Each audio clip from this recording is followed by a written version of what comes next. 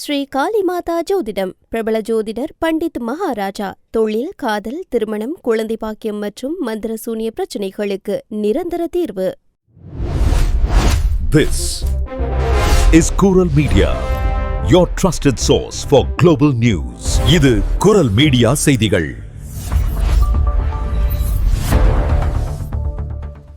இது குரல் மீடியாவின் இன்றைய பிரதான செய்திகள். செய்திகளை வாசிக்கும் நான் கோகுலநாதன் தமிழினி. முதலில் தலைப்புச் செய்திகள். அமெரிக்காவில் பிரான்ஸ் நாட்டு மூதாட்டி கைது. இளமை கால காதலுடன் வாழச் சென்றவருக்கு நேர்ந்த துயரம். பழைய வாகனங்களுக்கு தடை விதித்த குறைந்த உமிழ்வு மண்டலங்கள் திட்டத்தை ரத்து செய்ய நாடாளுமன்றம் ஒப்புதல். பிரான்சில் மே 1 வேலை அனுமதி சட்ட விவகாரம். பின்வாங்கிய பிரதமர் செபாஸ்டியன் லெகார்னு மீது அரசியல் கட்சிகள் கடும் விமர்சனம். பாரிஸின் முக்கிய ரயில் நிலையம் ஏப்ரல் 30 இரவு முதல் மே 3 மதியம் வரை முழுமையாக மூடல். பழைய சிக்னல் மையங்களுக்கு பதிலாக கணினிமயமாக்கப்பட்ட புதிய அமைப்புகள் நிறுவல். பிரான்ஸ் அதிபர் இமானுவல் மக்ரோன் மேயர்களுடன் முக்கிய ஆலோசனை கூட்டம். எலிசே மாளிகையில் 500 மேயர்களுடன் நேரடி கலந்துரையாடல். பிரான்சில் கடந்த ஆண்டில் 17% அதிகரித்த பாலியல் மற்றும் பாலின அவமதிப்பு குற்றங்கள். உள்துறை அமைச்சகம் வெளியிட்ட முக்கிய தரவுகள். பிரான்சில் இலங்கை தமிழர்கள் படுகொலை வழக்கு. அடைக்கலம் கொடுத்த ஒரே குடும்பத்தைச் சேர்ந்த தாய் மகளை கொடூரமாக கொன்ற நபருக்கு ஆயுள் தண்டனை. தொடர்பான விரிவான செய்திகள். இளம் வயதில் தான் காதலித்த நபருடன் வாழ்வதற்காக அமெரிக்கா சென்ற பிரான்ஸ் நாட்டு மூதாட்டி ஒருவர் அமெரிக்க குடிவரவு மற்றும் சுங்க அதிகாரிகளால் அதிரடியாக கைது செய்யப்பட்ட சிறையில் அடைக்கப்பட்டுள்ள சம்பவம் ஒன்று அரங்கேறியுள்ளது.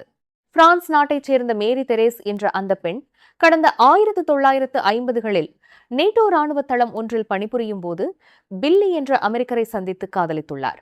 பின்னர் 1960களில் பில்லி அமெரிக்கா திரும்பியதால் இருவரும் பிரிந்து வெவ்வேறு நபர்களை திருமணம் செய்து கொண்டு வாழ்ந்து வந்துள்ளனர். பல ஆண்டுகளுக்கு பிறகு கடந்த 2010ஆம் ஆண்டு சமூக வலைதளம் மூலமாக மீண்டும் தொடர்பு கொண்ட இவர்கள் தங்களின் துணைவர்கள் இறந்த பிறகு 2022இல் அமெரிக்காவில் இணைந்து வாழத் தொடங்கினர். அமெரிக்காவில் நிரந்தரமாக வசிப்பதற்காக மேரி கிரீன் கார்டுக்கு விண்ணப்பித்திருந்த நிலையில் இந்த ஆண்டின் தொடக்கத்தில், அதாவது கடந்த ஜனவரி மாதம் பில்லி எதிர்பாராத விதமாக மரணமடைந்தார். இதனையடுத்து பில்லியின் சொத்துக்கள் தொடர்பாக மேரிக்கும் பில்லியின் மகனுக்கும் இடையே கடும் பிரச்சினை ஏற்பட்டுள்ளது. மேரியை மிரட்டும் நோக்கில் அவரது வீட்டிற்கான தண்ணீர், மின்சாரம் மற்றும் இணைய இணைப்புகளை பில்லியின் மகன் துண்டித்துள்ளார். இது தொடர்பாக மேரி நீதிமன்றத்தில் வழக்கு தொடர்ந்த நிலையில் வழக்கு விசாரணைக்கு வருவதற்கு முன்பாகவே இம்மாதம் ஏப்ரல் 1ஆம் தேதியன்று அமெரிக்க குடிவரவு மற்றும் சுங்க அமலாக்கத்துறை அதிகாரிகள் மேரியை அதிரடியாக கைது செய்தனர். பல நாட்களாக தாயின் நிலை குறித்து தெரியாமல் அவரது பிள்ளைகள் தவித்து வந்த நிலையில் பிரான்ஸ் தூதரக அதிகாரிகள் நேரில் சென்று மேரியை சந்தித்துள்ளனர். உடல்நலக் குறைவால் பாதிக்கப்பட்டுள்ள தங்களின் வயதான தாயை சுமார் 70 பேருடன் அடைத்து வைத்துள்ளதாகவும் அவரை ஒரு பயங்கர குற்றவாளியைப் போல அமெரிக்க அதிகாரிகள் நடத்துவதாகவும் மேரியின் மகன்களில் ஒருவர் வேதனையுடன் தெரிவித்துள்ளார்.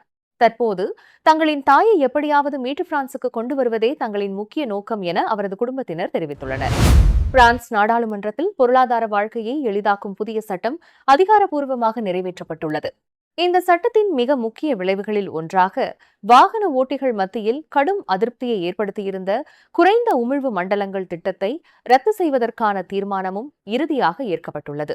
குறைந்த உமிழ்வு மண்டலங்கள் திட்டம் கடந்த 2019ஆம் ஆண்டு தொடங்கப்பட்டு 2021ஆம் ஆண்டில் நாடு முழுவதும் விரிவுபடுத்தப்பட்டது. பழைய மற்றும் அதிக மாசு உமிழும் வாகனங்களை நகர மையங்களுக்குள் நுழைவதற்கு கட்டுப்படுத்தி காற்றில் கலக்கும் நுண்தூசி மாசை குறைப்பதே இதன் முக்கிய நோக்கமாகும். ஆனால் மாற்று வாகனம் வாங்க முடியாத குறைந்த வருமானம் பெறும் நடுத்தர குடும்பங்களுக்கு இந்த திட்டம் பெறும் அநீதியானது என பல நாடாளுமன்ற உறுப்பினர்கள் கடுமையாக வாதிட்டனர். இதனால் குடியரசுக் கட்சி மற்றும் தேசிய பேரணி ஆகிய கட்சிகளின் தொடர் முயற்சியால் இந்த திட்டத்தை ரத்து செய்யும் திருத்தம் இந்த சட்டத்தில் வெற்றிகரமாக சேர்க்கப்பட்டுள்ளது. நிறைவேற்றப்பட்டுள்ள இந்த சட்டம் தற்போது பிரான்சின் அரசியல் அமைப்பு மன்றத்தின் இறுதி பரிசீலனைக்கு அனுப்பி வைக்கப்பட உள்ளது. இந்த விவகாரத்தில் அரசு தரப்பில் கடைசி நிமிடத்தில் முன்வைக்கப்பட்ட சமரச திருத்தம் முற்றிலுமாக நிராகரிக்கப்பட்டாலும் திட்டத்தை ரத்து செய்யும் இந்த பிரிவை நீதிமன்றம் தலையிட்டு தடுத்து நிறுத்தும் என சில நாடாளுமன்ற குழுக்கள் இன்னும் நம்புகின்றன. இதுகுறித்து கருத்து தெரிவித்துள்ள சிறு மற்றும் நடுத்தர நிறுவனங்களுக்கான அமைச்சர் சர்ஜ் பாபின், இது பிரெஞ்சு மக்களுக்கு அவர்களின் நேரம், சுதந்திரம் மற்றும் தொழில் முனைவு ஆகியவற்றை மீண்டும் வழங்கும் முதல் கட்டமாகும். எனினும் இந்த சட்டத்தின் பயணம் ஒரு நீண்ட மாரத்தான் ஓட்டத்தைப் போல மிகவும் கடினமானது என ஒப்புக்கொண்டுள்ளார். பிரான்சில் மே 1ஆம் தேதியன்று வேலை அனுமதி சட்டம் தொடர்பான சர்ச்சையால் புதிய அரசியல் புயல் கிளம்பியுள்ளது. பிரதமர் செபாஸ்டியன் லெகார்னு இந்த சட்டத்தை முன்னேற்றுவது குறித்து விவாதிக்க வேண்டிய கூட்டுக்குழு கூட்டத்தை நடத்தாமல் சட்டத்தை தற்காலிகமாக பின்னுக்கு தள்ளும் அதிரடி முடிவை எடுத்துள்ளார். பிரதமரின் இந்த திடீர் முடிவு தற்போதைய அரசை பெறும் அரசியல் நெருக்கடி மற்றும் அழுத்தத்தின் மையத்தில் நிறுத்தியுள்ளது. இந்த சட்டத்தை ஆரம்பத்திலிருந்தே வலுவாக ஆதரித்து வந்த ரினேசான்ஸ் கட்சியின் தலைவர் கேப்ரியல் அட்டல் பிரதமரின் இந்த முடிவால் தாங்கள் பெருத்த ஏமாற்றம் அடைந்துள்ளதாக தெரிவித்துள்ளார். ஆரம்பத்தில் அரசு தனது நாடாளுமன்ற அதிகாரத்தின் மூலம் இந்த சட்டத்தை எப்படியாவது நிறைவேற்றிவிடவே முயன்றது. ஆனால் அரசுக்கு எதிராக நம்பிக்கையில்லாத தீர்மானம் கொண்டுவரப்படும் என இடதுசாரி அமைப்புகள் விடுத்த கடும் எச்சரிக்கையாலேயே பிரதமர் இந்த விவகாரத்தில் பின்வாங்க வேண்டிய நிலை ஏற்பட்டதாக பல அரசியல் குழுக்கள் குற்றம் சாட்டுகின்றன. பிரதமர் இடதுசாரிகளின் அழுத்தத்திற்கு அடிபணிந்து விட்டதாக கடுமையான விமர்சனங்கள் எழுந்துள்ளன. வலதுசாரி கட்சிகள், தேசிய பேரணி கட்சி மற்றும் புருனோ ரிடேலியோ ஆகியோர் அரசின் இந்த முடிவை மீண்டும் மீண்டும் நடக்கும் சரணடைதல் என கடுமையாக சாடியுள்ளனர். தேசிய பேரணி கட்சியின் தலைவர் ஜார்டான் பார்டெல்லா ஒருபடி மேலே சென்று பிரான்சின் உண்மையான பிரதமர் ஒலிவியர் ஃபார்தான் என கிண்டலடித்துள்ளார். அதாவது தற்போதைய அரசை இயக்குவதே இடதுசாரிகளின் அழுத்தம்தான் என அவர் வெளிப்படையாக விமர்சித்துள்ளார். பிரான்ஸ் தலைநகர் பாரிஸில் உள்ள முக்கிய ரயில் நிலையமான கேர் டி லயன் பராமரிப்பு மற்றும் நவீனமயமாக்கல் பணிகள் காரணமாக வரும் ஏப்ரல் 30 இரவு முதல் மே 3 மதியம் வரை முழுமையாக மூடப்படுவதாக அறிவிக்கப்பட்டுள்ளது. SNCF ரெசோ நிறுவனம் மேற்கொள்ளும் இந்த முக்கிய பணிகள் பல ஆண்டுகளாக திட்டமிடப்பட்டு தற்போது பாரிஸின் முக்கிய ரயில் போக்குவரத்து மையங்களில் ஒன்றான இங்கு நேரடியாக பாதிப்பை ஏற்படுத்த உள்ளன. இந்த பணிகளின் முக்கிய அம்சமாக பல ஆண்டுகளாக செயல்பட்டு வந்த பழைய சிக்னல் கட்டுப்பாட்டு மையங்கள் முற்றிலுமாக அகற்றப்பட்டு புதிய முழுமையான கணினிமயமாக்கப்பட்ட நவீன அமைப்புகள் நிறுவப்பட உள்ளன. குறிப்பாக RER-D தொடர்ந்து சேவைகளையும் பாரிஸ் மற்றும் வில்னவ் செயின்ட் ஜார்ஜஸ் ஆகிய பகுதிகளுக்கு இடையேயான போக்குவரத்தையும் கட்டுப்படுத்தும் அமைப்புகள் பெருமளவு மேம்படுத்தப்படுகின்றன. இதற்காக சுமார் 500 அதிநவீன தொழில்நுட்ப வல்லுநர்கள் 72 மணி நேரம் தொடர்ந்து இரவும் பகலுமாக பணியில் ஈடுபட்டு இந்த பிரம்மாண்டமான திட்டத்தை நிறைவேற்ற உள்ளனர். இந்த ரயில் நிலைய மூடல் காரணமாக பல TGV மற்றும் சர்வதேச ரயில் சேவைகள் தற்காலிகமாக மாற்றியமைக்கப்பட்டுள்ளதுடன் பயணிகளை பாரிஸில் உள்ள பிற மாற்று ரயில் நிலையங்களை குறித்த பராமரிப்பு காலங்களில் பயன்படுத்துமாறும் அறிவுறுத்தப்பட்டுள்ளனர். மேலும் யூல் ட பிரான்ஸ் பகுதியில் தினசரி பயணம் செய்யும் ஆயிரக்கணக்கான பயணிகளின் சேவைகளும் இதனால் நேரடியாக பாதிக்கப்பட உள்ளன. இதனைத் தொடர்ந்து மே 4 முதல் 15 வரை நெரிசல் மிகுந்த உச்ச நேரங்களில் ரயில் சேவைகள் கணிசமாக குறைக்கப்படும் என அறிவிக்கப்பட்டுள்ள நிலையில் பயணிகள் முன்கூட்டியே மாற்று வழிகளை திட்டமிட்டு பயன்படுத்துமாறு போக்குவரத்து அதிகாரிகள் கேட்டுக் கொண்டுள்ளனர். பிரான்ஸ் அதிபர் இமானுவல் மக்ரோன் இன்று ஏப்ரல் 16 பிற்பகலில் எலிசே மாளிகையில் நாடு முழுவதிலும் இருந்து வருகை தந்துள்ள சுமார் 400 முதல் 500 வரையான மேயர்களை சந்தித்து முக்கிய ஆலோசனை நடத்த உள்ளார். இந்த சந்திப்பிற்காக தேர்வு செய்யப்பட்ட உள்ளூராட்சி பிரதிநிதிகள் அனைவரும் அந்தந்த பிரதேச ஆளுநர்கள் மூலமாக பரிந்துரைக்கப்பட்டவர்கள் என அதிகாரப்பூர்வ தகவல்கள் தெரிவிக்கின்றன. இந்த சந்திப்பில் பங்கேற்கும் மேயர்கள் பல்வேறு பின்னணிகளை கொண்டவர்களாக உள்ளனர். புதியவர்கள் மற்றும் அனுபவமிக்கவர்கள் என சமநிலையில் அவர்கள் தேர்வு செய்யப்பட்டுள்ளனர். நகர்ப்புறம் மற்றும் கிராமப்புற பகுதிகளை பிரதிநிதித்துவப்படுத்தும் வகையிலும் பல்வேறு அரசியல் கட்சிகளைச் சேர்ந்தவர்களும் இதில் இடம்பெற்றுள்ளனர். குறிப்பாக எதிர்க்கட்சிகளைச் சேர்ந்த மேயர்களும் இதில் கலந்து கொள்ள உள்ளதாக தகவல்கள் தெரிவிக்கின்றன. இந்த முக்கிய சந்திப்பில் பாதுகாப்பு, அரசுடனான தொடர்புகள், பொது சேவைகள் மற்றும் காலநிலை மாற்றம் ஆகிய 4 பிரதான தலைப்புகள் குறித்து விரிவாக விவாதிக்கப்பட உள்ளன. உள்ளூராட்சி நிர்வாகம் தினசரி எதிர்கொள்ளும் பல்வேறு சவால்கள் குறித்து மேயர்களுடன் நேரடியாக கருத்து பரிமாற்றம் நடத்துவதே இதன் முக்கிய நோக்கமாகும். மேலும் இந்த சந்திப்பின் மூலம் மேயர்களின் சிறப்பான பணிகளை பாராட்டுவதோடு அவர்களுக்கு எதிராக உருவாகும் சவால்கள் குறித்து எச்சரிக்கவும் அவர்களை ஊக்குவித்து ஆதரவளிக்கவும் அதிபர் மேக்ரான் முனைவதாக அவரது அலுவலகம் தெரிவித்துள்ளது.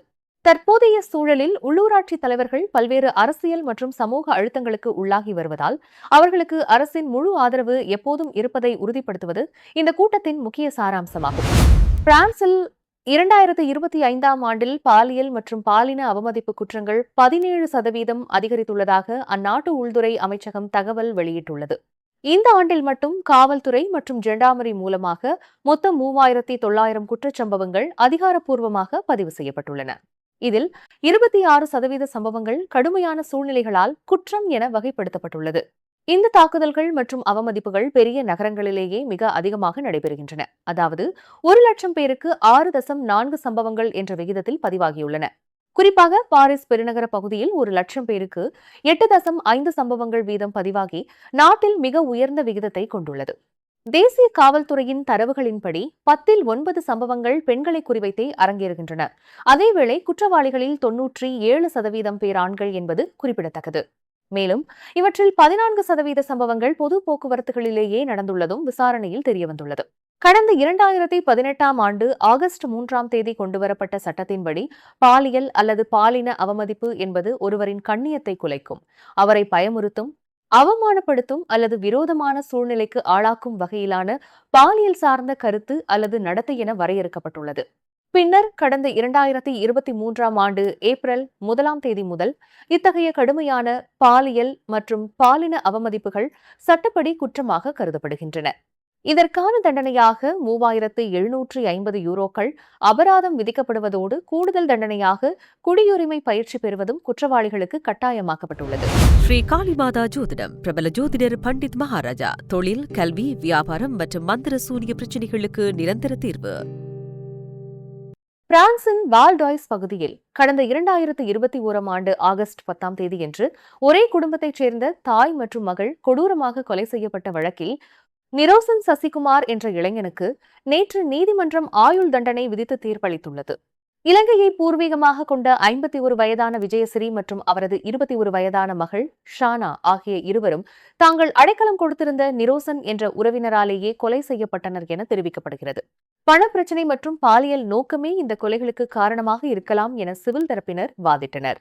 குறிப்பாக தமிழ் சமூகத்தில் இயங்கும் சீட்டு எனப்படும் பண விவகாரமும் ஷானா மீதான நிரோசனின் ஆசையும் கூட இதற்கு முக்கிய காரணமாக இருக்கலாம் என சந்தேகிக்கப்பட்டது. எனினும் தன் மீதான அனைத்து குற்றச்சாட்டுகளையும் நிரோசன் தொடர்ந்து மறுத்து வந்தார். ஆனால் கொலை செய்யப்பட்ட இளம்பெண்ணின் நகங்களுக்கு அடியிலும் பாதிக்கப்பட்டவரின் அறையிலும் நிரோசனின் மரபணு கண்டுபிடிக்கப்பட்டது அவருக்கு எதிரான முக்கிய ஆதாரமாக மாறியது. இந்த கொடூரமான குற்றங்களை விசாரித்த வால்டாய்ஸ் அமர்வு நீதிமன்றம் இது அருவருக்கத்தக்க கொடூரம் என கண்டித்து நேற்று நிரோசனுக்கு ஆயுள் தண்டனை வழங்கி தீர்ப்பளித்தது. இந்த தீர்ப்பை நிரோசன் எவ்வித உணர்ச்சியுமின்றி ஏற்றுக்கொண்டதாக தகவல்கள் தெரிவிக்கின்றன. அதேவேளை இந்த கொடூர கொலைகளை தடுக்க முடியாமல் தவிக்கும் கணவர் மற்றும் 2 மகன்களின் வாழ்க்கை முற்றிலும் சிதைந்துவிட்டதாக அவர்களின் வழக்கறிஞர் வேதனை தெரிவித்துள்ளார். இந்நிலையில் நிரோசனின் வழக்கறிஞர் இந்த தீர்ப்பை எதிர்த்து மேல்முறையீடு செய்ய உள்ளதால் பாதிக்கப்பட்ட குடும்பத்திற்கான நீதியை நோக்கிய சட்டப் போராட்டம் இன்னமும் முடிவடையவில்லை என்பது குறிப்பிடத்தக்கது. நீங்கள் இதுவரை கேட்டது குரல் மீடியாவின் பிரதான செய்திகள். மேலும் இதுபோன்ற செய்திகளை அறிய குரல் மீடியாவை சப்ஸ்கிரைப் செய்யுங்கள்.